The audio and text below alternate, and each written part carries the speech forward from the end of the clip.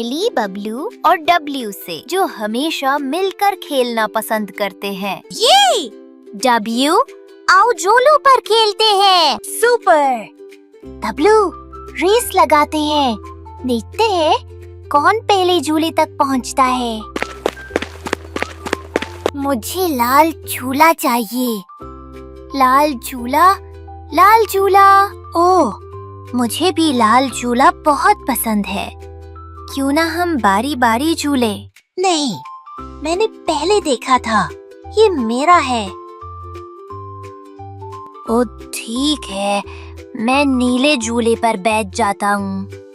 ये तो बोरिंग है, अकेले खेलने में मजा नहीं आ रहा। डब्लू भी उदास लग रहा है। शायद मैंने आज अच्छा सलूक नहीं किया। हे डब्ल्यू, क्या मैं तुम्हारे साथ बैठ सकता हूँ? यस बबलू, यहाँ दोनों के लिए जगह है। डब्ल्यू, मुझे माफ कर दो, मैंने झूला तुम्हारे साथ शेयर नहीं किया, ये अच्छा नहीं था। इट्स ओके बबलू, मुझे थोड़ा दुख हुआ था, लेकिन खुशी है कि तुम मेरे पास आ गए। मुझे भी बुरा लगा जब मैं अकेला खेल रहा था। खेलना तभी मजे का होता है जब हम बांट कर खेलें। और इसी के साथ बबलू और डब्लू आपस में शेयरिंग करने लगे और प्यार से खेलने लगे।